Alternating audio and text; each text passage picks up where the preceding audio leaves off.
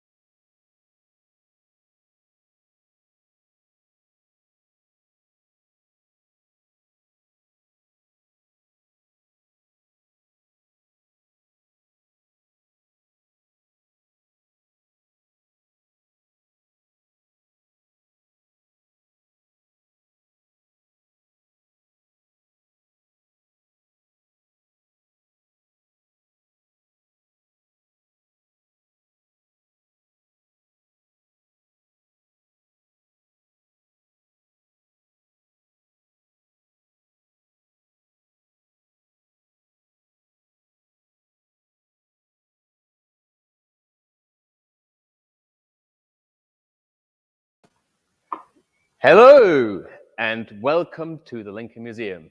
Sorry, we're a little delayed, as it happens all the time when you actually want to show something live.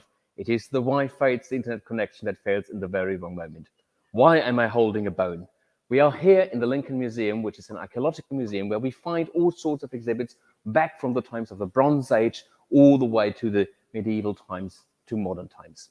And what is a bit special about this museum, other than that it is in Lincoln and shows Lincolnshire exhibits, is that we've got a robot here. And this robot has been working in this museum for about 5 years now, giving tours to visitors and taking them around, showing them the different exhibits. And this is one of the key bits of our research that we do in the University of Lincoln as part of the Lincoln Center for Autonomous Systems, where we try to get robots out into the wild, into environments that outside of the lab to encounter real-world challenges. And here, real-world challenges really means that we've got people that we're interacting with, and we want to have this robot actually improve while it is on the job. So what I'm going to show you now is our robot Lindsay parked over here near her home, let's call it, the robot station which you see over here. And on a normal day, this robot actually will operate completely independently, completely autonomously on its own, wait for people who select tours and want to be guided around by this robot. We see over there the charging station. I'm going to use this as a pointer now. We see there's a charging station where the robot will dock, usually at around this time of the day when the museum actually closes, and get ready for the next day. It collects quite a bit of data while it is here to actually get better, but we'll hear a bit more about that later on. So let's first have a look at this robot. We've got, this is called a MetroLab G5 platform, and we have put quite a bit of different sensors on it. So you see a camera right there at the top, and we have a touch screen here that is the main means of interaction for people, and it can also speak, as you will hear later on. The main job of this robot, as I said, is to give tours to people, so they can choose different tours, or they can even just choose one of the exhibits that they want to learn more about. So the challenges here really are about navigating this space, which may be populated by a lot of people. We actually had when we did the earlier trials here, we had a school class running around, really challenging to navigate in such spaces when there's lots of people buzzing around, and to actually interact with people, and as we will hear later on, learn from these interactions. Now, I've invited some visitors in here tonight. As I said, at the moment, we are closed now, so we had to get special visitors in. Hello, here's our tourists that are visiting the city of Lincoln and are interested in getting a tour and learn a bit more about the history here. So we see we have got different tours to choose from. They can explore these, and then they can decide to actually store a tour to start from. They seem to be quite picky, seem to be diligently exploring all the options here. Let's go death. So they've chosen one. Let's go on a tour of the gallery to explore some of the amazing examples of design and decoration from archaeological objects found in Lincolnshire. Follow me to the Iron Age coins drill. So as part of this tour, the robot always goes for one of these exhibits in the first instance. So the tour is composed of different stops that we can actually see the robot going to. And I'm going to give it a little jig. Oh, no, it's actually going.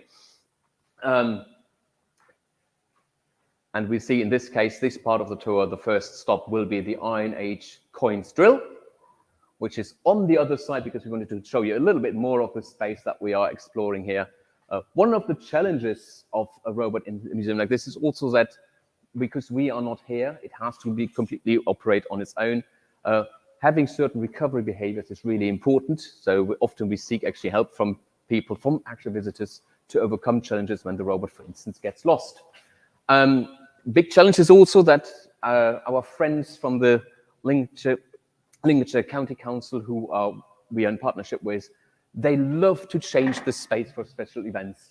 And all of a sudden, then this robot will call us and will tell us that there is something gone wrong. But normally we haven't got anyone here working with this. Robot is completely on its own. I'm going to introduce Francesco, who has been working with this robot for a long while. I'm going to hand over the bone for him to point at things. Thank you. Our tourists are interested in the exhibit. He can probably tell you a bit more about what's happening here. Yes. Thank you very much, Mark. I'm Francesco. I'm a lecturer from the University of Lincoln, and I will talk to you about a bit what I worked on with this robot here in the museum. So basically, this robot is basically always looking at people interacting while they interact with the robot, and is trying to understand how much they are engaged and how much they are interested while they are interacting with the robot. So, for example, you can see from the robot view, from the robot camera view now, there is a little red bar on the bottom of the image, and from there you can see how much people are engaged at this moment. So, for example, if people they look around and they get a little bit disengaged, you can see that the engagement level will go down. And if they are instead looking straight at the robot and looking at the exhibit, then the engagement will go up. So this signal is basically used for the robot, not only for understanding how much it is engaged at that specific moment, but it's also used to learn over time how to improve and how to be a better tour guide. So the robot is using this value as a reward, positive if people are highly engaged and negative otherwise. And through this reward is basically learning what are the best action it can do at any moment. And repeated this over time, it will learn how to do like more engaging tours for the users. So yeah, the tour now is finished, and we are here in the center of the museum where we have another robot that has joined us. Hello. Hi, Matt. Hi there. How are you doing? I'm okay. How are you? I'm good. Yeah, visiting the museum all the way from Sheffield today. Oh, okay, nice. Can you tell us a little bit about the technology you are using for visiting the museum? Fantastic. Yes. So this device I'm using today and remoting from is called a telepresence robot, and it allows people to view and perform some physical actions, so like moving around in the physical space, while actually being physically far away. So you can be in another city, you could actually be in another country, but you can experience it in a similar way to being just there. So as we've all got used to, we're used to Zoom calls now. So this is like that, but with a few added functions. So you can imagine how this technology can enable people that can't come to the museum to visit it from the comfort of their own home. So this kind of robot can really benefit a range of people, for example, people with disabilities, older people, or even people with social anxiety. Fantastic. Thank you very much for explaining to us what this robot is about. So I think now, like if the audience wants to start asking some questions, and meanwhile we can continue talking a bit about this kind of technologies while the questions will start to come. So I think we do already have one question that's come in from forgive me if I pronounce your name wrong, Kartikeya. First of all, saying that it's very cool, Okay. but also they've asked this question. So who gave the voice sample, or is it AI generated? Oh no. So this one is AI generated, and actually we're using a called text-to-speech system that is very dated. And it's probably one of the things that will probably be swapped out quite soon. As I said, this robot has been in this museum for a long while, and it's still using the AI generated speech from day one. It's probably the one that actually comes from a previous project, so I think it hasn't really changed for about 10 years. People that use their series and their home assistants will probably be familiar with better voices. So I think that's one of our next steps that we will do, is getting a better voice here. Yes, definitely. Have you got any other questions, Matt? Currently, none have come through yet, but I also want to thank Claire, Asher, and Jonathan Walker as well for saying hello and where they're from. Excellent. Oh, in fact, we do have another question that's just come in from Jonathan, so let me get that through to you. So the question is, are people all nice to the robot, or do some people try to mess with it? Oh, big go. challenge. Big challenge. It's in general when we deploy robots out in the wild. I've got fantastic photographs of all sorts of incidents that have happened, from robots calling us because it couldn't charge because it had mocked up chewing gum from the floor, and that had spread out over its charging context, when we've seen earlier on where it can go to charge, over people loving to play around with some sort of calibrated sensors. I think the worst we've had in the museum was when the robot couldn't move because it saw an obstacle. What it turned out to be, and when we had to actually come in and check it out, was half a sandwich that was wedged in the slot down here, where the laser scanner sits. So the robot uses the laser scanner to see obstacles around this, and somebody had decided it would be a good rubbish bin to just dispose of their half-eaten sandwich in there. So yes, it's not all nice, it's not all friendly, and I don't think people really treat robots with the respect they treat most humans, let's say. I would say in that case they were trying to feed the robot, because maybe that was a mouth. Maybe they were trying to feed the Yes. robot. Yes, that could well be. But I think we can say, I've asked Francesco earlier, who has been running this project mostly, how often actually he had to come in, because this poor soul was the one who was in charge when the robot cried out for help. How often did he have to come in? Maybe you want to say that again. How often was it roughly?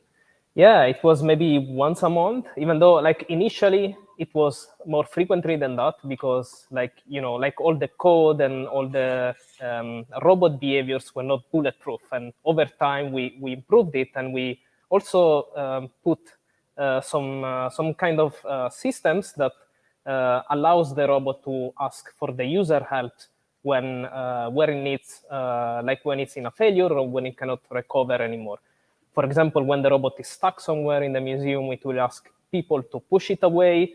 Or for example, we can try one now live. Exactly. For example, if someone presses the emergency button, you can see from the screen there is already a warning that says that the emergency button is pressed. And if someone tries to send the robot somewhere, so the robot... Follow me to the Witham Valley monasteries. I can't move because the emergency buttons have been pressed. Please release them to unlock my motors. So the robot asks the users to release the motors, and then it will start moving. So this is an example of how, this is a very simple situation that can be resolved very easily, but there are some more complex situations that sometimes can also be solved very easily by the general user, even though they don't have in-depth experience about robotics or how the system works. Such as, for example, when the robot is stuck, they can just push the robot somewhere. I am probably stuck near an obstacle. But this is another perfect example where indeed the robot is asking for help, because we've been surrounding it so much that it actually was, while we were moving around, that it got stuck in here. So we invite people to actually have a go with that, and we disengage the motors and then send the robot on its way again. And you heard it said, "Thanks for helping me," and with a little luck, it will be on its way soon again. So there we go. For example, now there were many people around the robot, so it was, it wasn't able to find a viable path to pass around. And now with a little push, hopefully it will be able to navigate safely around people. So this is obviously also a result of the fact that this robot has to navigate around people, so it has to be absolutely safe. We cannot risk that the robot will push some obstacle or hit some people, so he has to be very conservative in the way it navigates. And we have just seen that it was very good at avoiding the telepresence robot here. There was another question now that Lindsay is gone. Yes, so we have another question again from Kartikeya. So first of all, saying how they liked how the robot looked at the audience, even though it was moving in the other direction, sort of like the way that makes eye contact. But they want to know, sort of, would you be interested in adding manipulator arms? They've given an example for handing out leaflets during the tour, for example. Well, I think for this particular scenario, we would probably not add arms directly here, because arms come with their very own challenges also safety-wise. So when you want to actually operate arms in general public, you enter a completely new set of challenges, I would say. If it's about handing out leaflets, we've done that in the past, and we've just attached a nice leaflet box to it, right, and encourage people to take one. So I think for this particular application, probably not. But in the Center for Autonomous Systems, of course, we do a lot of research with arms. So this is one of the examples we do. Last year, we did a lot of, we came live to you from our strawberry farm, where we do a lot of in agri-robotics. And we've also been working in domains like nuclear robotics, where indeed manipulators are the key aspect here, right? There you have also similar telepresence like you've got right now, because you don't want to enter a dangerous area. And there you want to really have manipulators' arms that do the work for you, or probably controlled from a remote safe place, like a remote safe place that Matt is in at Sheffield, rather than being here in the museum with us. And I think potentially might be one final question from Claire here. What do you like best about your job? Well, I'll let him answer that.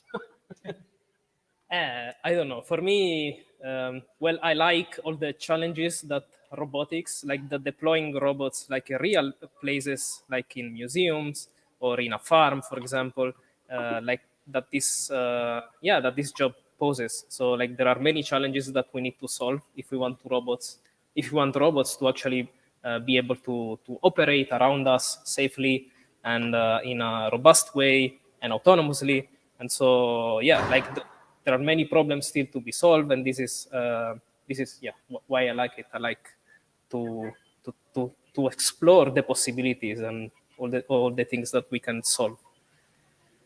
I just love when people come up with these sort of answers that they have thought very, very, very strongly about. It's very good. Now, it's really exciting when you go out into the real world. I've always been interested in taking robots out in real world applications, and this is one of them. Right? And having this robot here running for 5 years completely on its own is really something that we are quite proud of, I would say. And that's something that we carry through in general in working on long-term autonomy. Big challenges still research-wise in that as well.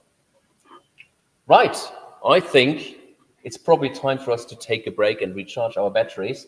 I've decided I'm gonna take Matt out.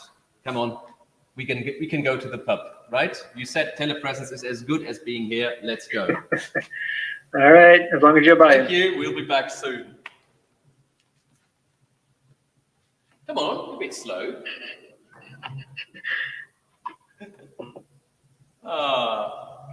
They close before we arrive at that speed.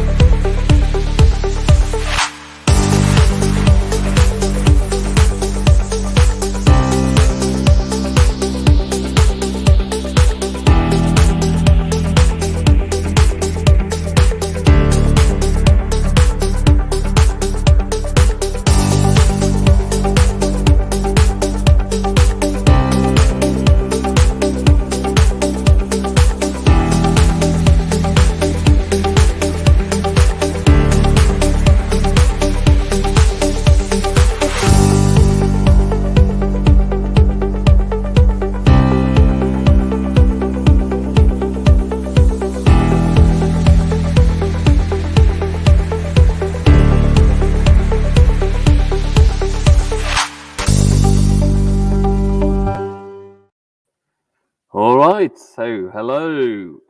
Welcome to the Lincoln Museum. So I have to take this off, but we had to play with props because we come to you today from an actual archaeological museum in the historic city of Lincoln. We are here not really to look at helmets or bones or other artifacts in here. We are going to look at some robots that we've been working with in this context for quite a while. So my name is Mark Schneider. I'm the director of the Lincoln Center for Autonomous Systems, and we investigate all different aspects of robots. Last year, we came to you and showed you some of the robots that were out in the fields of agriculture, where they did some harvesting and logistics operations out there. This year, we thought we're going to go for something different, but again, outside of a lab, because we're really not interested in showing you what our lab looks like any other lab. We're interested in showing you what it is when we deploy robots out in the real world. And today, we have our robot Lindsay here, this little red fellow, and we are basically at her home. And this has been her home since about 5 years. So in 2018, this robot started operating in this museum with the idea that it would give tours to visitors. So this is the robot station. Every day at 4 o'clock, it would go and dock there autonomously to be ready for the next day job and start when the museum opens and wander around this place, offering its services. And the services really are that people can come over and request a tour from this robot. So we have got a number of challenges, of course, to deploy robots out in the field. One is, first of all, that it has to be reliable enough to work here without anyone around, because really we don't want to waste our researchers' time sitting and monitoring robots. So it works on here in its own. And the other things that we need to actually research here is how you best navigate in the presence of humans. And in particular here, we also wanted this robot to learn how to get better on the job, because that's a thing that really excites us. And in this case, we wanted the robot to learn to give better tours. So we've started off with some predefined tours that the folks from this museum had created. And then we wanted to actually see whether we can do some learning from that. But you'll hear a bit more about that in a bit. So here's the simple interface. I'm going to talk to you a little bit about this robot. So it's got a camera up here. It's got a laser scanner down here in the front, which scans for obstacles and is used also for localization in this environment. Those who are familiar with robotics may know these kind of typical types of sensors that we use in robotics. And then we've got a touch screen, and we also have some speakers that the robot can interact with, some voice.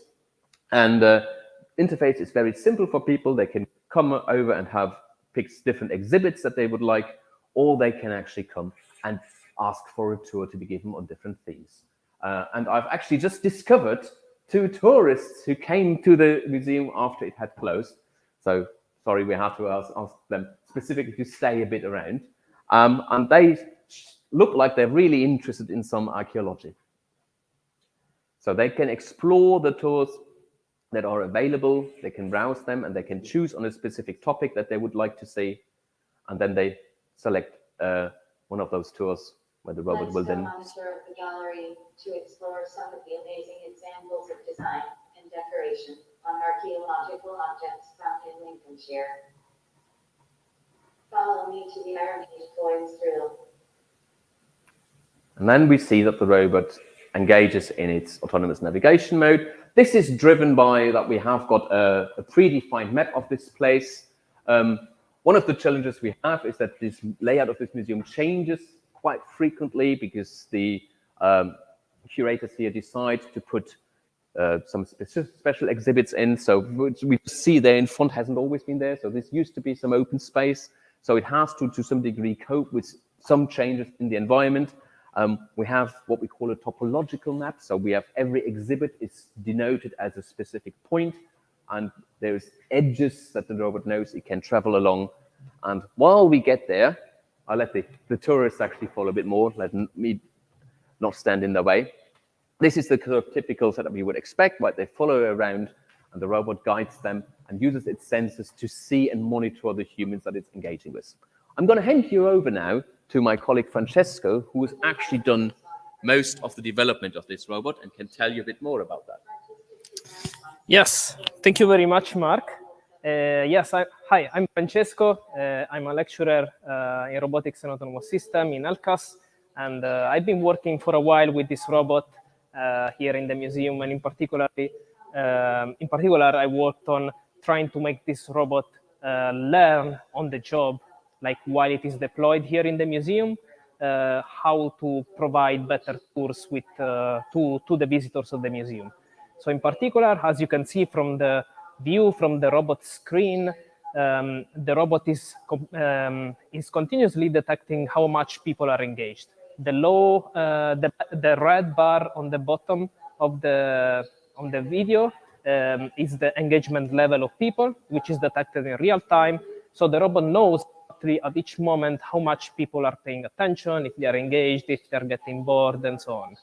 And with this value, the robot basically tries to optimize its behavior so that people get disengaged less often and they want to continue and interact more with the robot.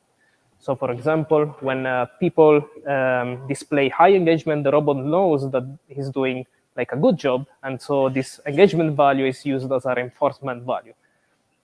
And when people are getting bored and distracted, the robot knows that when it is doing certain actions with certain people, it knows that this is not very engaging for them. So it may decide to do a shorter tour or something like that. So it basically adapts over time, and it learns what are the preferences of people based on their engagement level. So yeah, now the tour is finished. We are here again in the center of the museum.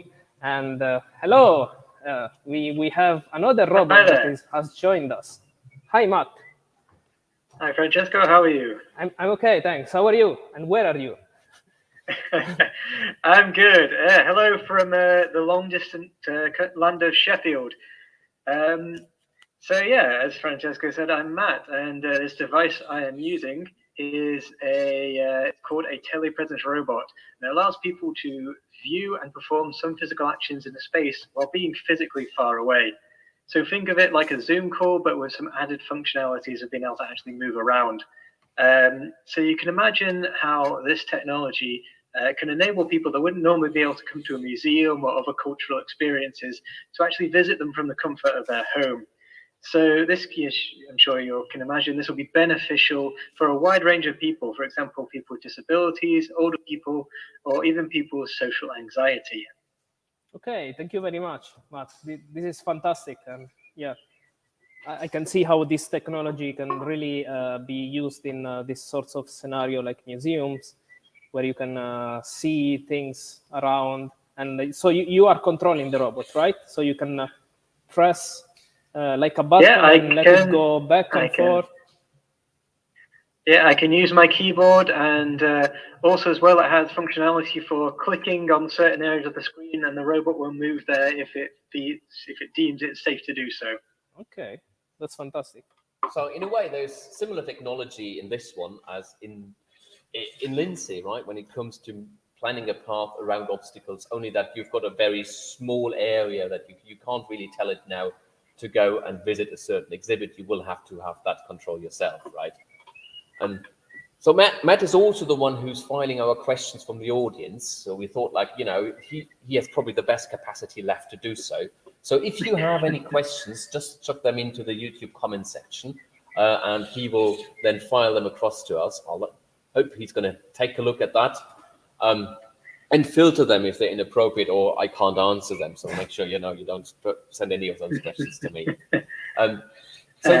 No questions yet, but we have some nice words of reinforcements from Paul. Says looks great, and from Carlo has given us 3 applauses. So well, 3 applauses is more than we can possibly ask for. What's probably interesting is, this has been around for a long while, and I've asked Francesco this before. How autonomous is this robot now? So yeah, this robot is not completely autonomous yet, but is trying to. And so over time, we basically implemented a lot of mechanisms to try to make this robot more and more autonomous. As Mark already said, this robot has been here for more than 5 years now. However, like sometimes, there are always some bugs or hardware failures or situations that happen, and we have to come here and maybe physically, swap a camera that was broken or yeah, like maybe sometimes the users do something that we didn't expect to. Like for example, Mark was telling that someone has put a sandwich inside the robot LiDAR opening here.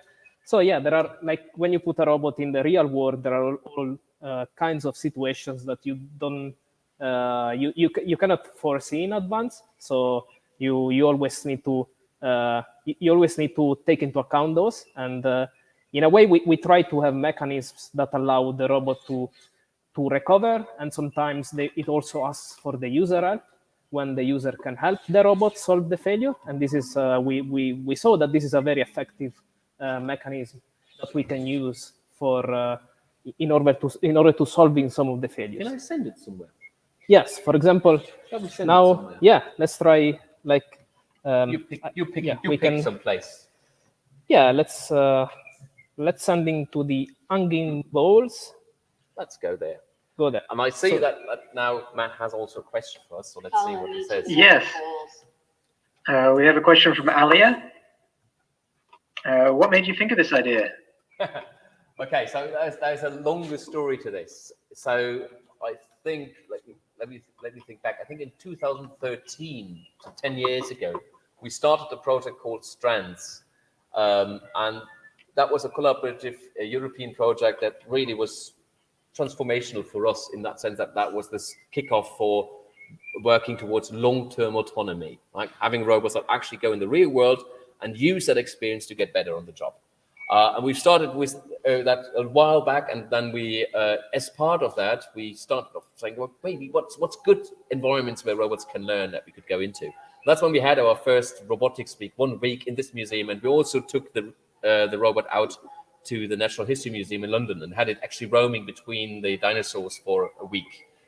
And that gave us enough confidence to say, like, you know what, maybe we don't have to be with this robot the entire time. Maybe we can actually say we make a permanent installation, a robot that actually spends years in a place, and see what we can learn from that. So that really was sort of, in a way, opportunistic, right? So we were looking for an interesting scenario that offers some dynamics, some aspects to learn, but at the same time doesn't completely change on a daily basis, right? There is some structure in there. Have you got any other questions, Matt?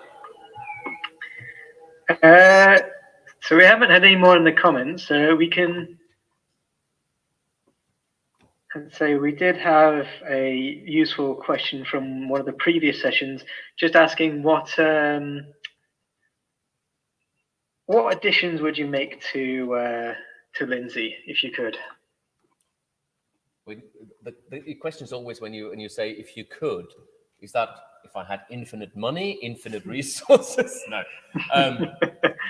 What would be your highest priority wish? I don't know.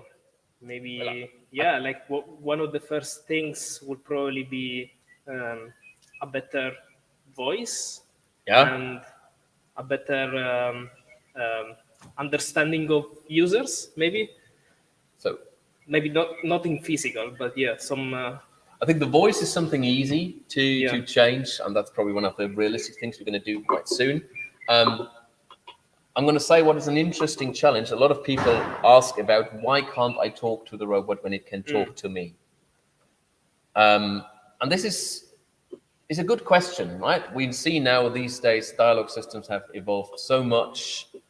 Everybody can speak to their phones, their home assistants, and whatever, and they don't really understand why they still can't talk to this robot here. And I would say here's one of the main challenges still is that this robot must be able to direct its attention correctly. Because what we face here is that there may easily be 20, 30 people around this robot, often kids shouting among each other. This is a completely different situation in terms of dialogues than when you talk to your phone or when you talk to your watch. And I think that's an interesting challenge still for when you look at human-robot interaction, is how you actually track the speaker, focus on the speaker, have the attention only on that speaker, and most importantly, understand when you are actually addressed. We humans are extremely good at that. The robot will just do any gibberish it hears and try to make sense of it. And I think that's nothing that we have particularly investigated. But if you ask me what would be great to have on such a robot here, is that people could actually more naturally interact other than just with a touchscreen. But it's not that easy. We have tried. It's not easy to just say, let's put some speech recognition on there. Okay. I think the robot went off, Yes. so I don't see it anymore. So now we can put a challenge to Matt. Find the robot. Yeah, let's try and show us how you will How visit you can- the how you museum can from visit your. the museum and find the robot. Yes. Fantastic. We do have one question from Alex quickly, which is why have you given the robot eyes that blink? We haven't given it the eyes that blink. Well, we haven't given it the lids, because that is a standard platform that Metrolabs has developed. But indeed, we have implemented behavior that occasionally blink the eyes, because we found that indeed a certain liveliness helps with the engagement of people, right? So that's what gives them the impression clearly that this thing is still alive. And as we're interested in seeing whether people are actually still engaged, it's important for people to understand whether the robot is still engaged. And one of the jobs, of course, of this robot is in this museum is to attract customers. And while it could, of course, while it moves around to find people and then approaches them, if it just stands somewhere and doesn't do anything, then it's less attractive for people and encourages them less to actually engage with it. So it's a simple feature, let's say, anthropomorphize a little bit of what a robot is here and make it look more likely to attract people. Yes, I think like we are used to see people that blink when we talk to each other. So like if we see a robot that is only staring at us without blinking, it will look a bit uncanny or weird. And so like having blinking eyes more natural.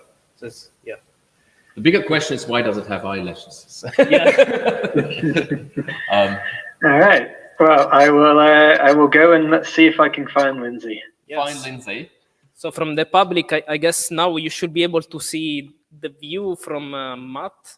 So you should be able to see what Matt is seeing at this moment and how, like in the future, maybe in this museum or in another, if there will be the possibility of doing some remote tours, how you could interact in a museum from your home, and how you will be able to see the items in the museum and so on.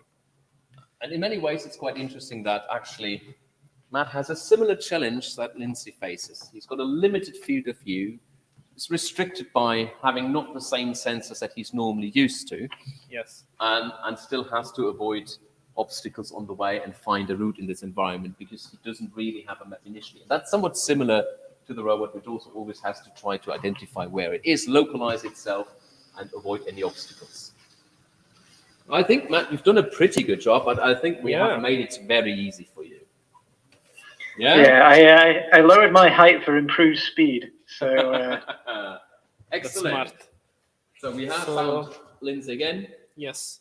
Shall we send her away again? Yeah. So I mean, if the public wants to send the robot somewhere, I'm scrolling through all the possible items the robot can talk about. So if anyone from the audience is seeing the screen and wants to send the robot to a particular location, I think this could be one of the last interactions for this demo. We wait a few more seconds, otherwise I will decide one. You decide one, or I decide one. Let me decide one. Go. Let me decide one for once. I'm going to go here. Oh no, we've been That's there. the same, We've been there. That's just too close. We're going to go there. Bronze Age barrow finds. A Bronze Age barrow finds. Follow me to the Bronze Age barrow finds.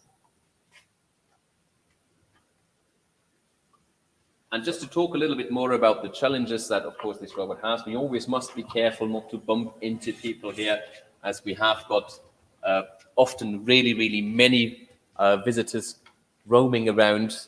So one of the big challenges here is navigating in the presence of humans, and we've done quite a bit of work and research work also in that context.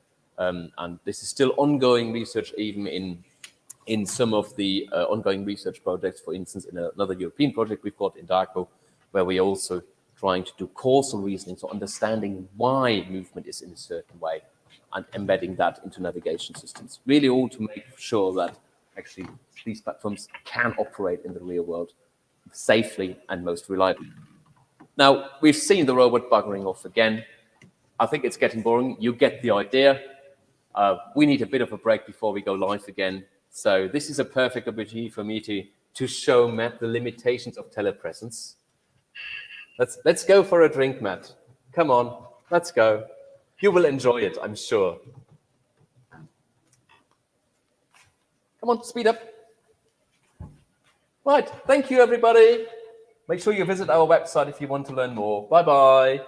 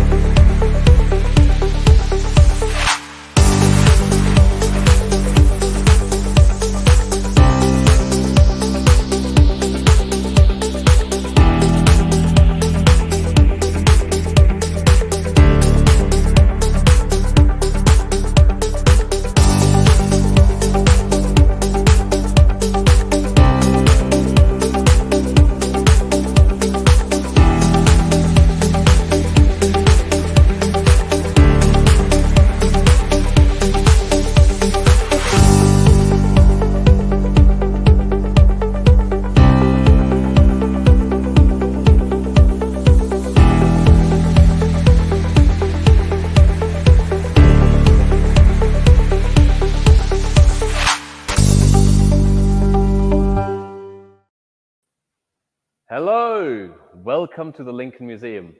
I'm holding a bone because we are in an archaeological museum, and there's one of the finds I've just got. Well, it's a replica, of course. My name is Mark Anheider. I'm the director of the Lincoln Center for Autonomous Systems. And I invite you to this place this year because last year we were out in the fields of Nottingham, no, of Lincoln, of course. Don't know why I'm saying this. Where we showed you robots in our agricultural environments. And today we're going to go somewhere completely different. We are in this museum, which is now closed, so we haven't got that many people around anymore. But normally this place is quite busy with people. And it is a special place for us because this is one of the places where we have deployed a robot out into the wild for now about 5 years. So our robot Lindsay has been starting to work here, a bit interruption during the pandemic, but basically since 2018, and has been giving tours to people.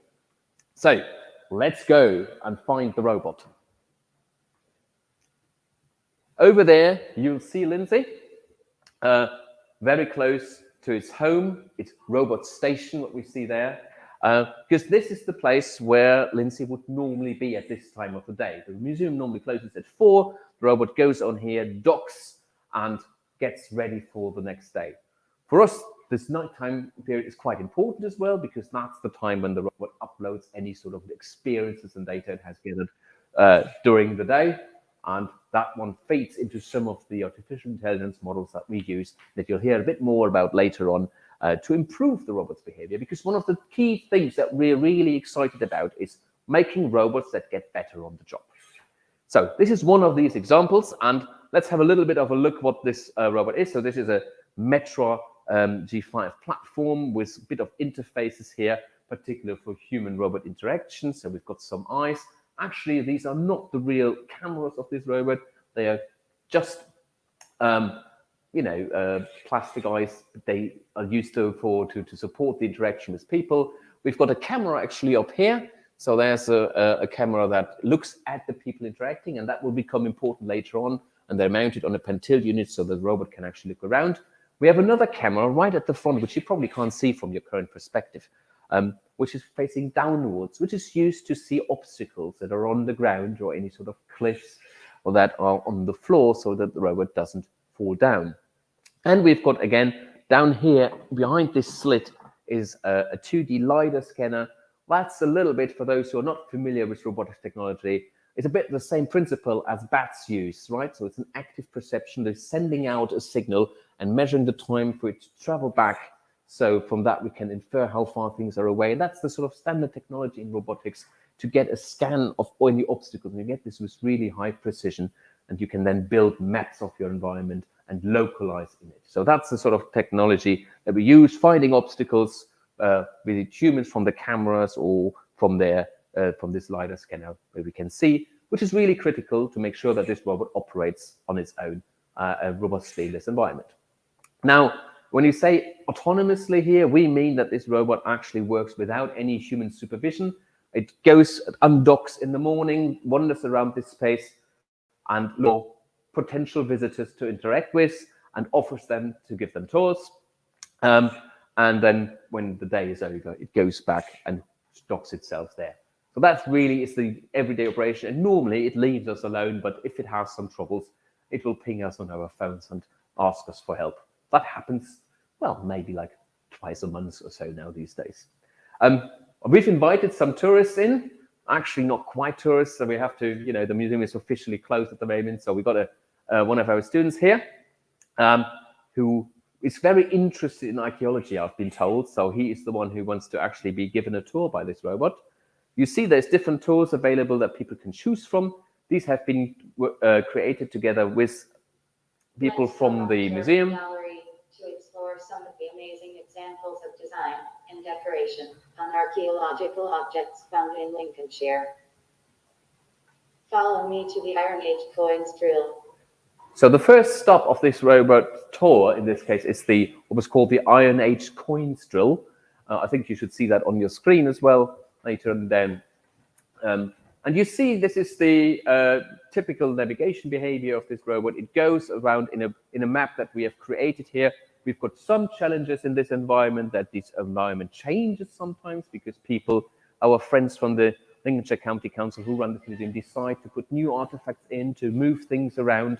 So quite often we have these sort of challenges that we have to cope with changes in the environment, and we have what we call a topological map in this system. So we have designated a few important points of interest that can be part of these tours. Now, I stand in the way of our tourist who wants to actually follow the robot, so I'm going to make a bit of space here. So you see this, the camera at the top can have a look and see whether people are still following and can take that information into account. And this is the moment when I hand over my talking bone and my microphone to my colleague Francesco, Thank you. who had the pleasure of working with this system for the last 5 years. It was part of his PhD thesis, where he really tried to make this robot learn on the job. Over to you, Francesco. Thank you very much, Mark. Yes, so I'm Francesco. I'm a lecturer at the Lincoln Center for Autonomous Systems. And before, I worked as a PhD student with this robot, Lindsay, here in the museum for a long time. And what I focused on is trying to make this robot better at interacting with people and engaging with the visitors of the museum. So as you can see from the screen, from the view from the view from the robot camera, you can see that the robot is detecting engagement level of users in real time. The red bar on the bottom of the video feed is basically the engagement level, which is a value between 0 and 1. So every time the robot is trying to understand how much people are engaged, if they're paying a lot of attention to what the robot is talking about, to the display, the engagement is high. And if people wander off or they get distracted or they look at other things, the robot understands that they are getting disengaged. And what is the purpose of this? So we want the robot to be able to detect this so that it can learn what are the best actions to do. So that, for example, when people are getting disengaged, the robot understands that it has to do a shorter tour, and so that people enjoy more the interaction. And this is learned over time on the job using reinforcement learning. So, which is basically saying that the engagement level, if it's high, the robot gets a high reward, and it learns that that action is good for that specific user engagement. And when the engagement is low, the robot gets a negative reward, and it knows that that is something it should not do at that point during the tour. And so over time, this robot got better and better at interacting with people in this way. So now, the tour is finished. We are back here in the center of the museum, and we have another robot that has joined us, which shows Matt. Hi, Matt. How are you? Hi, I'm good, Francesco. How are you? I'm good, thanks. Where are you? So I'm in mostly sunny, well, now partly sunny Sheffield. Oh. And you are also here, actually. I mean, not physically, but you are remotely here with us.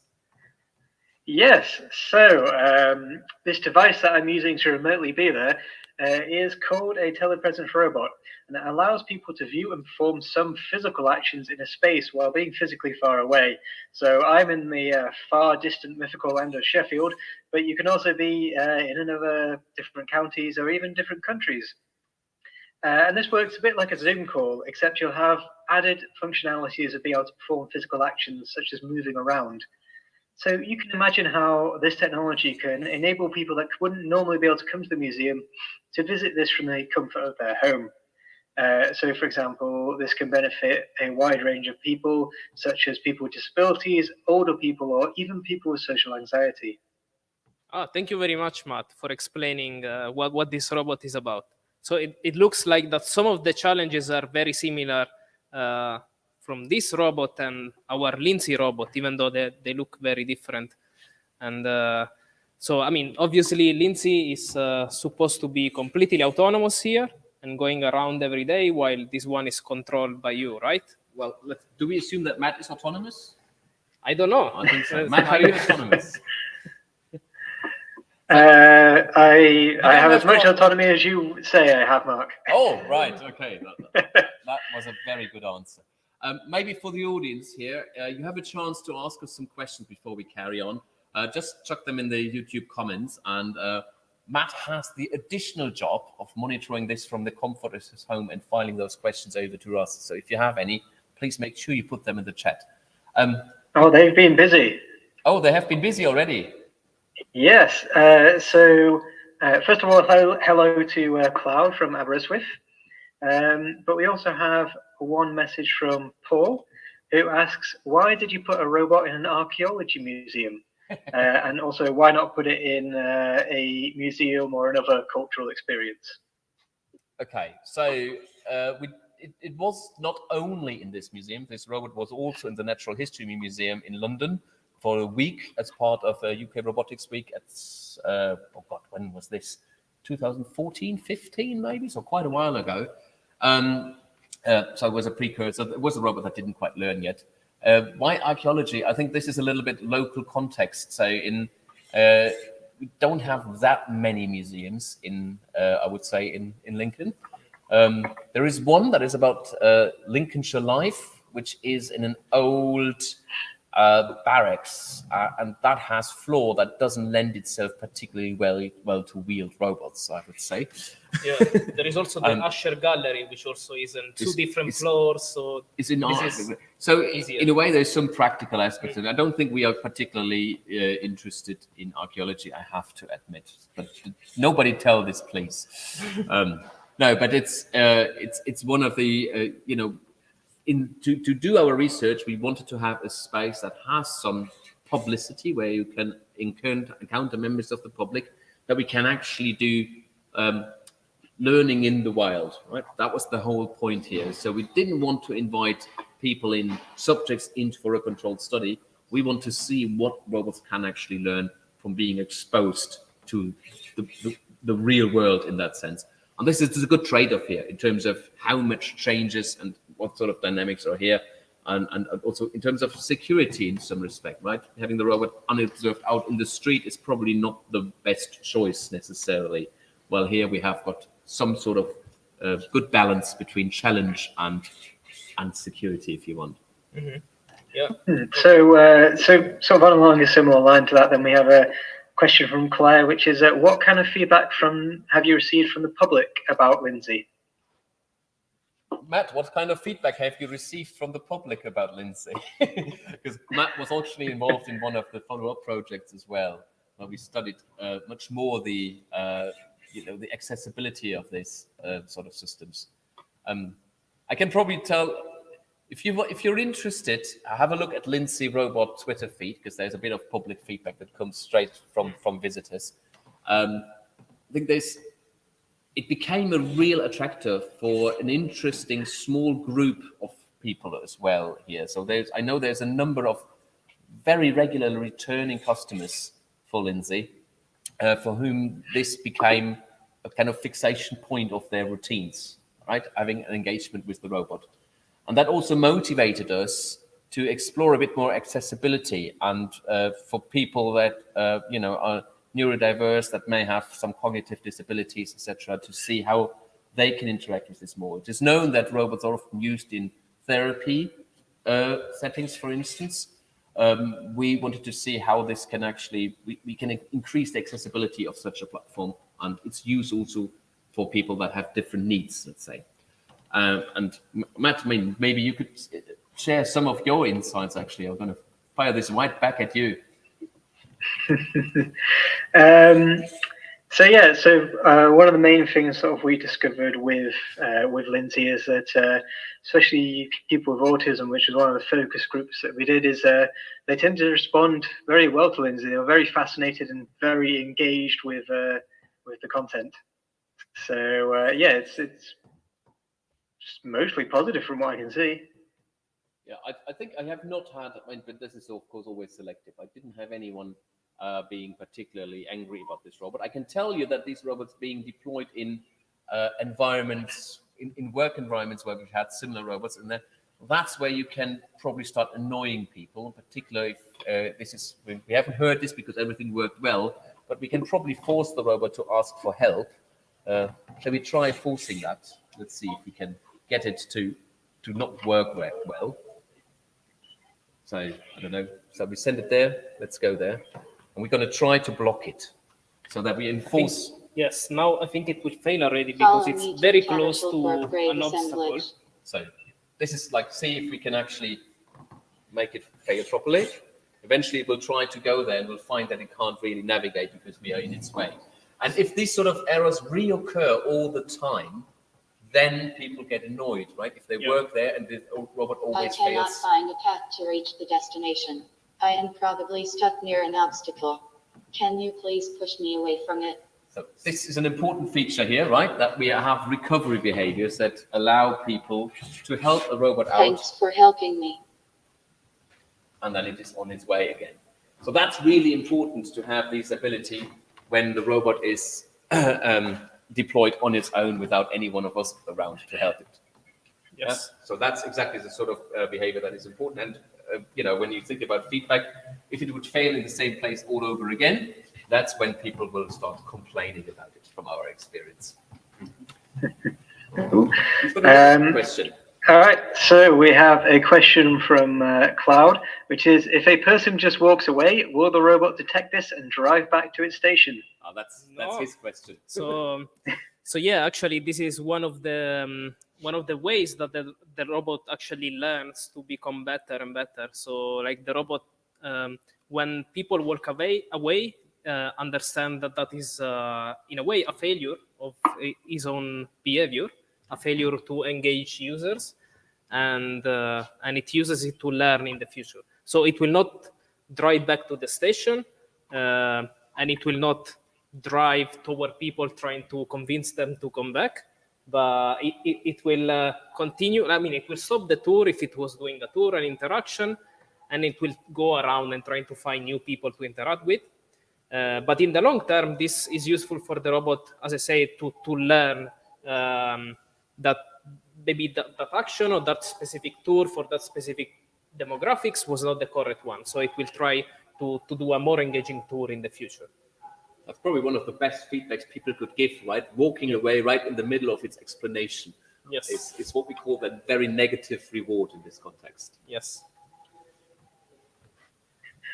Okay, so we have a two-part question from Claire. Okay.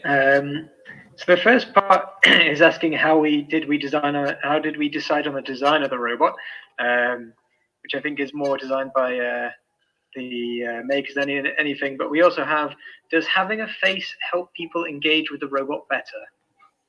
So yeah, I think in regards to the face, you were going to say something. I'm not sure I'm going to say something. Okay. Something meaningful, really.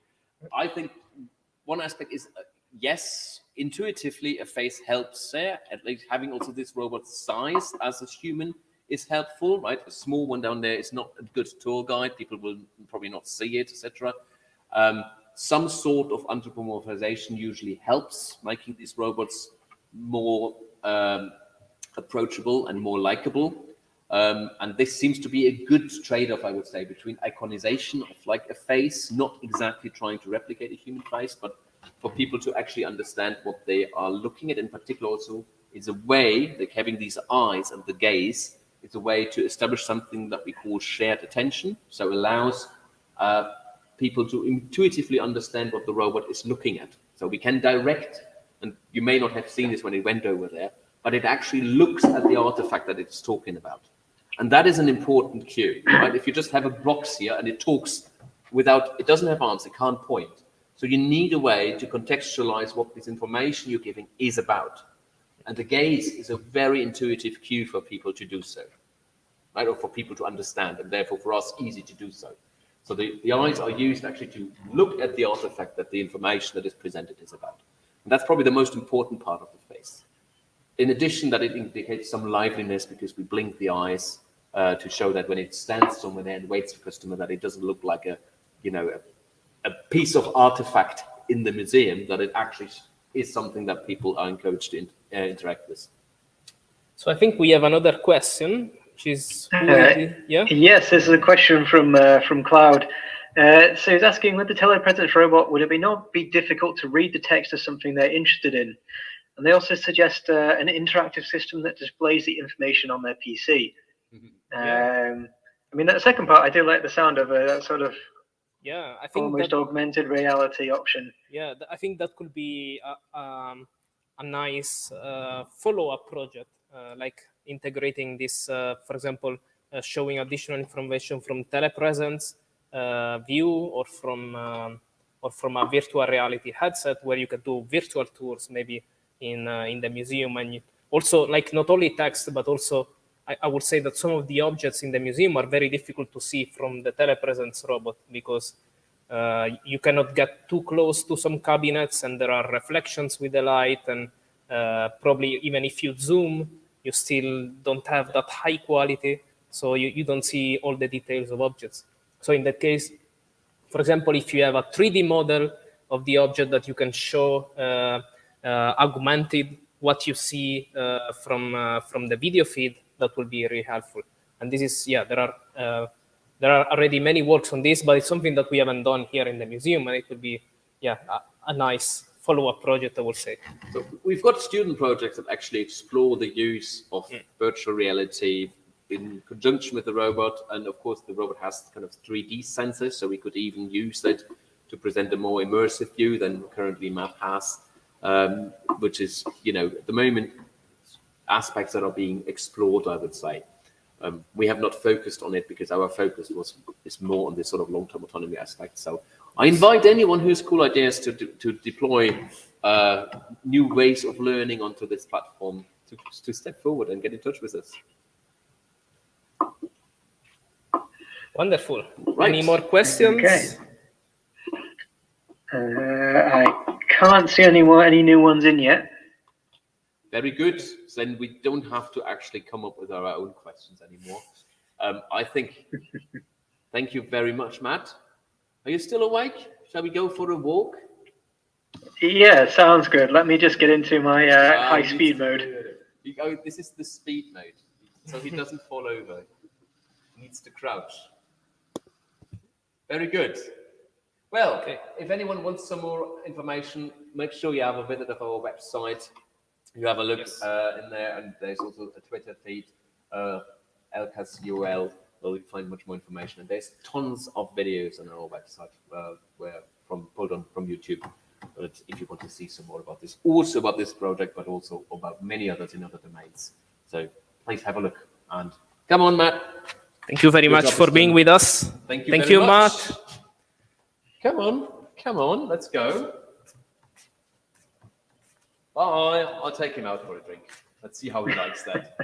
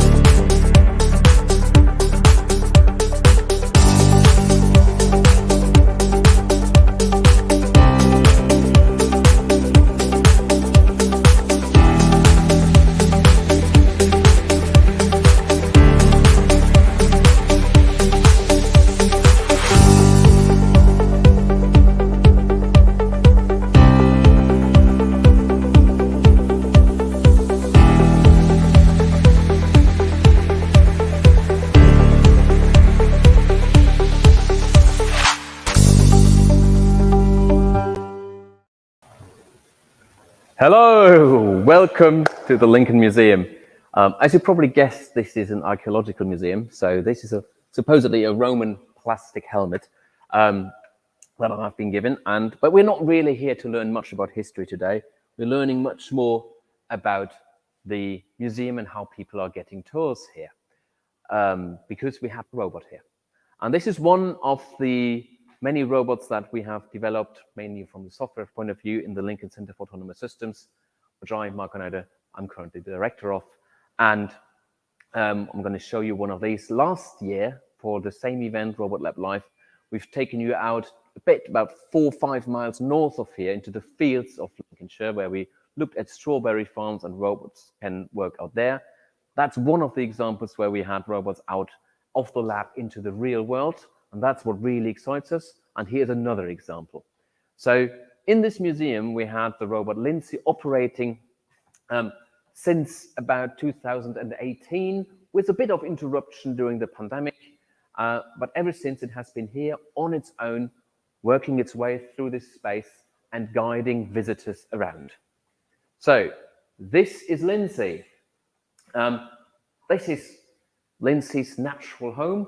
Normally at this time of the day, and you've just joined for our last iteration of Robot Lab Live, the robot would be right there charging to be ready for the next day's job, because that's its charging station that it automatically docks onto. Actually, interesting fact, it uses those little circuits of the sign with the camera to actually identify where it has to go into server onto the charging points to really find the right spot where to get the power from. Then it is ready, and from tomorrow morning at 10 a.m. again, it will undock and will roam this space to look out for visitors.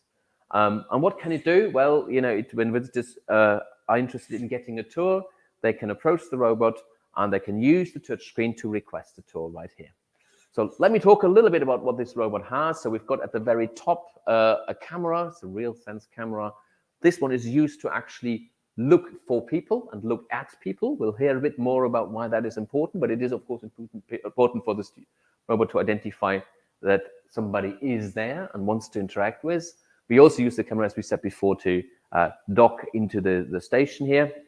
We've got another camera that you can't quite see from where you stand, which is facing downwards, because that allows it to see any obstacles that are in front of it, to not run it over. For instance, if there's a small child crawling on the floor, we want to make sure that we don't run them over. It's got bumpers, which I'm not going to press, so otherwise I'm going to stop it right now. And we have got a so-called LiDAR scanner, which sits behind here, where we've got this big slot here, which is a bit similar technology-wise as the way bats operate, because it basically sends out a signal and measures the time it takes for it to come back. It does this in all sorts of directions to give us a good idea of how far things are away in each of these directions. So it kind of sweeps around at about shin height to discover these different objects and build a map. And then we use this sort of map for the robot to localize in and have an idea where it currently is. Now we have got a visitor I see over there. Let's be honest, the museum is currently closed, so I had to persuade a visitor to come in. I had to promise him something to stay around. So he's going to be our visitor and will explore the tours we have. So with different themed tours that we originally designed with the museum, with the education team of the Lincoln Museum, and then I'm sure he's going to decide on one of those tours and choose them, and then we're going to listen to the robot a little bit. On a tour of the gallery to explore some of the amazing examples of design and decoration on archaeological objects found in Lincolnshire. Follow me to the Iron Age coins drill. So as the first exhibit for this particular tour is the robot has chosen the Iron Age coins drill. We'll hear a bit more about this later, that the robot actually has some autonomy, not only to navigate, but to also decide which items to show, which artifacts and exhibits to show in which order, because what we eventually want this robot to do is get better on the job of giving tours. So in a second, when we arrive there, Francesco will tell you a bit more about how the robot actually can learn from being here and from looking at people, whether they are paying attention or not, a bit like human tour guides will do this. What we don't see really here, because we don't have that many people around, is of course the robot's ability to navigate safely in populated spaces. So we did a lot of research for many years now in the Center for Autonomous Systems on navigating these sort of populated spaces, call it human-aware navigation. This is still ongoing work also in a European project, DARCO, that we are working with, and one of the research strengths we have. I think I'll probably hand you over to Francesco now, before I talk too much about the stuff that he knows way more about than I do. Thank you very much, Mark. Hi, I'm Francesco, and I'm a lecturer in robotics and autonomous system in ALCAS. And I spent a lot of time during my PhD working with this robot Lindsay here in the museum. And in particular, I worked on trying to make this robot be able to engage more with the users in the museum, with the visitors. So as you can see from the robot camera view, the robot is trying to detect engagement of the users continuously in real time. And you can see that the red bar on the bottom of the camera view is the engagement level. So that goes between 0 and 1. And every time people are looking away or going away or getting distracted, the engagement level goes down. And when people are instead looking directly at the robot or at the screen or at the exhibit, the engagement level goes up. And this is obviously important for understanding how much people are paying attention per se, but it's also, he has a second use for the robot. So the robot tries to learn how to improve over time while being deployed here in the museum. And it's using this engagement level as a guidance to understand when it's actually doing good things that keep people engaged, and when it's actually instead doing things that people are bored, and maybe it just makes people want to go away because maybe they are not really interested about that. So for example, if the robot can learn that when people are highly engaged, that it means that they like the tour, and so the robot provides more details about the items it is talking about, and it learns what are the best positions that engaged people want to go. And instead, when people are getting bored, the robot will just do a shorter tour to try to keep the experience still enjoyable for them. So yeah, now we are back here in the center of the museum with Lindsay, and we have another robot that has joined us with Matt. Hello, Matt. How are you? Hello, Francesco. I'm good. How are you? I'm good, thanks. So where are you? So at the moment, I'm in the far exotic land of Sheffield, where it is now partly sunny. And I'm doing this through the magic of telepresence robotics. Cool. So yeah, this device I'm using here, as I mentioned, is a telepresence robot. It allows people to view and perform some physical actions in a space while being physically far away. So imagine a Zoom call, but on wheels. So you can see how this technology would enable people that can't normally come to the museum to visit it from the comfort of their home. So as you can imagine, this can benefit a wide range of people. So say, for example, people with disabilities, older people, or also people with social anxiety as well. It allows them to experience the museum and all its delights. Oh, that's fantastic. Thank you for explaining what this technology can do. I shall probably at this point point out that Matt also not only acts as our remote presence here, but he's also the moderator of our chat. So if you want to actually ask some questions to us here or to Matt, please make sure you put them in the chat function of YouTube. And if they arrive, Matt will file them across to us. We've had a number of rounds of questions before. So, you know, Matt, give a shout if you see anything that is interesting that people want to know. But will do. In the meantime, how is the telepresence experience? Do you feel like you're actually here? I mean, it is a delight to be able to see all your lovely faces from the comfort of my own home.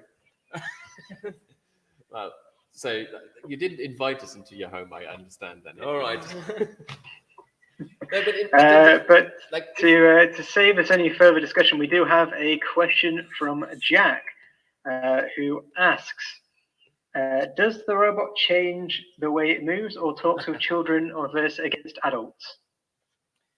No, at the moment it doesn't, and this is something that we will work in the future. And so, for example, we have an updated version of this robot that has the touch screen display that can rotate, so people can tilt it, and this is especially important for children, because now, for example, some children obviously they cannot easily reach the tablet or see what the robot is talking about. By the way, that doesn't stop them from pressing on it, right? Yes, So of course. just to be clear. They can easily press the emergency button, which is what they like to do very often.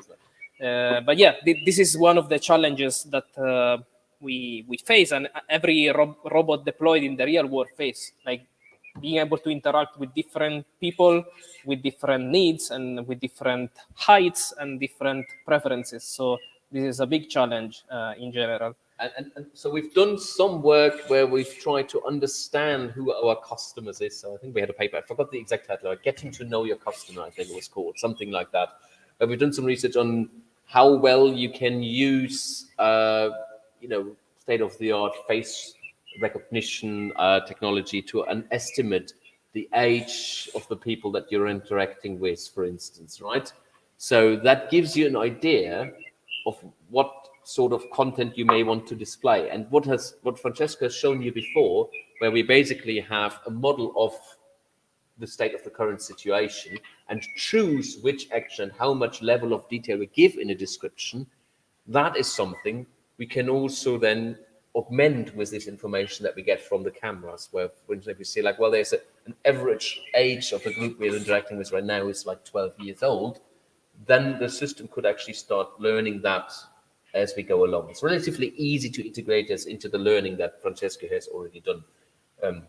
It's one of those things, and one of the things, of course, with learning in the wild, learning in the job here is, yes, that can easily be done, but of course, with all these aspects of learning, it takes quite some time, right? If we add this information to the robot system state, then it would take that into account and would probably learn to give different tours to people of different demographics or different age, but it will probably take a couple of months before we actually see any difference. Yes, I think this is one of the differences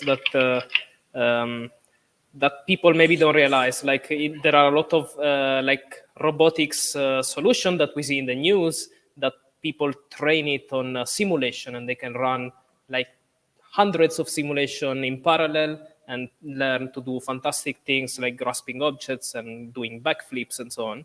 But like when you are interacting with people, it's impossible to simulate how a person interacts, like all the face expressions and all these kind of things. So if you want to learn something related to social interactions, it's very difficult to have this kind of advantage of using simulation. So you need to learn from the real world, from some data sets collected in the real world.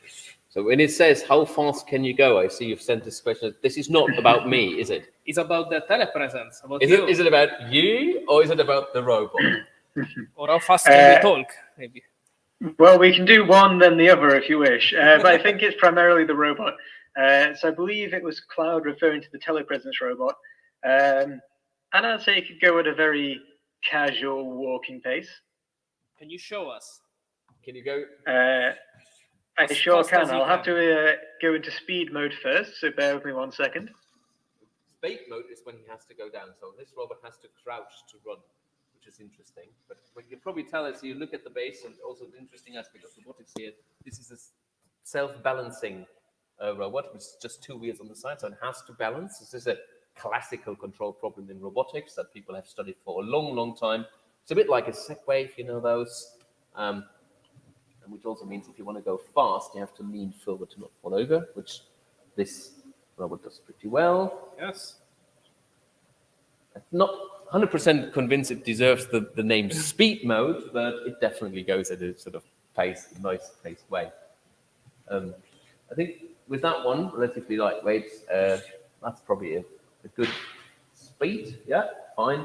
We with Lindsay could go pretty fast. Yes. We wouldn't want that to do in this sort of space. So Lindsay normally travels at something like maybe 0.4 meters per second, whatever that is. Maximum a mile an hour or something like that. Yes. And we do that like to be absolutely sure that the robot doesn't hit any person or obstacle, which is obviously like in an environment like this, if you have kids running, like you don't want the robot to go too fast, otherwise it's not able to detect the person or the children running in front before it's too late. I mean, one thing that is probably interesting to show, but it's really important, because we've talked about having these robots deployed in real-world situations without us being there and constantly rescuing it. So a lot of the work actually went also into have like somewhat intelligent recovery behaviors of the robot, that it detects situation when it needs help and tries to get out of as many as possible itself. So I'm going to just force it into a slightly uncomfortable situation by putting it so close to the obstacle that it really can't really move anymore. And then we're going to see what happens if I try to send it somewhere far away. Is that far away? Yeah, it's far away enough. So I've requested now that it tells me a little bit more about the Tetashell Thorpe Brave assemblage. So the robot is now trying to plan a path, but yeah, it, as you can see, it's not moving, and probably it will not be able to move because it's too close to It's too close to the wall, it's too close to us, so we're trying to block it off really here. We caged it in, and normally the robot will I cannot then... find a path to reach the destination. I am probably stuck near an obstacle. Can you please push me away from it? And this is a typical behavior here. So we really use the people around us also to get out of challenging situations. Thanks right? for helping me. So this is one of the ideas that we can, well, exploit the situation that we've got humans around. And one of the bits of research that we've done also in the past that Francesco was also involved in was then again use this as a learning opportunity, right? When people have shown how to move by just demonstrating it, then to reuse that information to make to get out of a tricky situation next time is exactly an interesting opportunity also again to learn from people in the wild when you're out in these challenging situations. Yes. Right, robot has gone off. Is there any more questions? Any more questions, Matt? Where we don't need the robot to answer for. Next to Matt.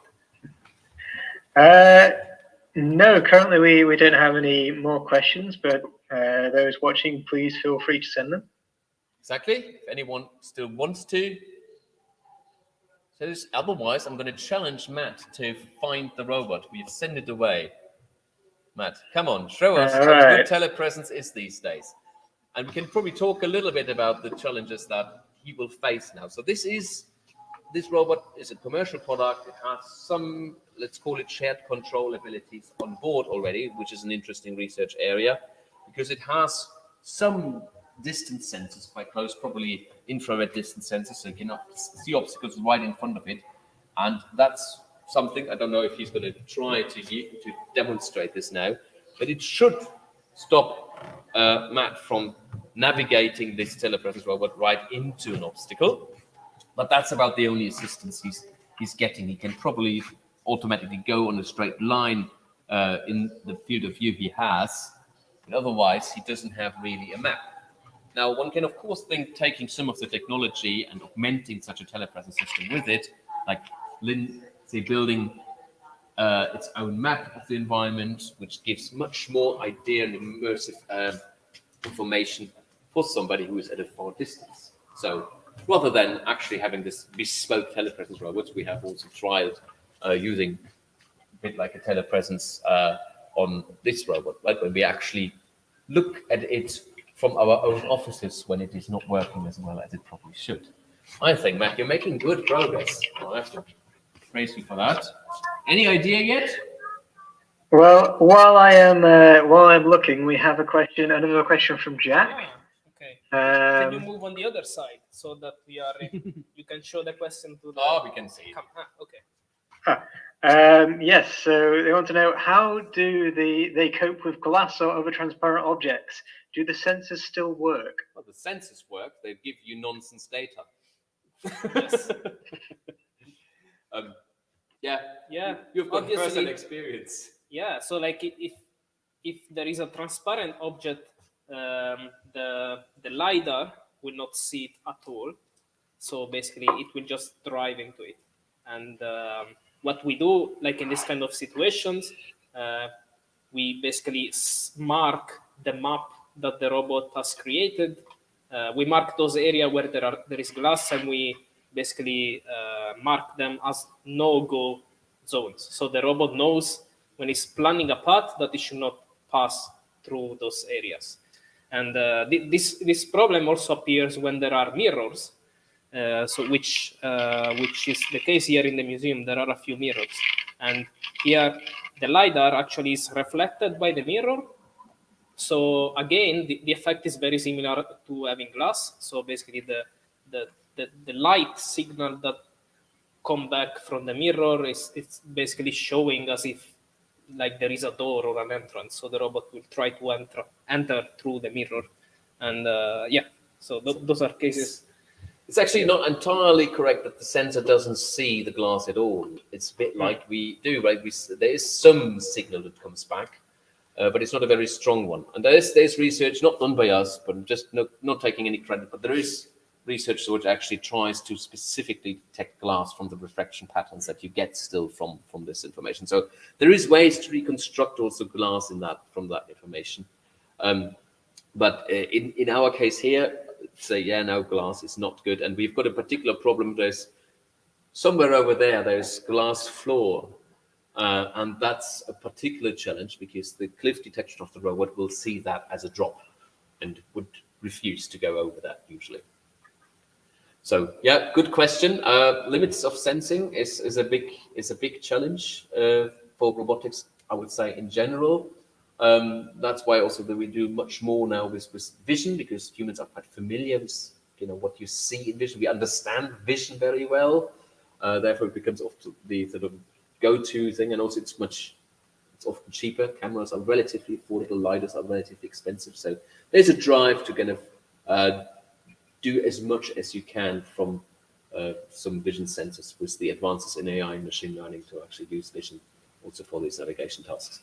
And we've done this in other places as well, in agriculture, etc. So there's definitely something. This is not the end of the road when it comes to sensing. You don't just rely on LiDARs these days. Yeah, and it should be noted as well that sometimes humans struggle with transparent objects as well. Yes, yes, been there, done that. But I think I see Lindsay hiding around the corner there. Oh, well done! You found her. Excellent. Yes. Good. Have you found any questions as well, or are we good? I think we're good. Jack just responds, "Amazing, thanks." Excellent. That is probably the best closing word we could have ever asked for. So, thank you to the audience who were with us today, or who's going to watch this later on. If you want to learn more about what we're up to in the Lincoln Center for Autonomous Systems, you find us easily on the web. If you search for Robots Lincoln, I think that's probably almost enough to search for in the search engine, but otherwise it's out as Lincoln UK. We're also on Twitter, Facebook, LinkedIn, etc. If you're someone interested in working in robotics, be it on the BSc, MSc, or PhD level, we have the whole portfolio available for you. And in general, have a bit of a look around for all the other research videos that you find on our website. Thank you for your attention. Thank you very much. Matt, this really is the moment now, because it's the last one where we go for a drink. And you have to join the way you are right now, I'm afraid. Come on, let's go. All right. Let's go. You'll enjoy, I'm sure. Bye-bye. I'm coming. Everybody.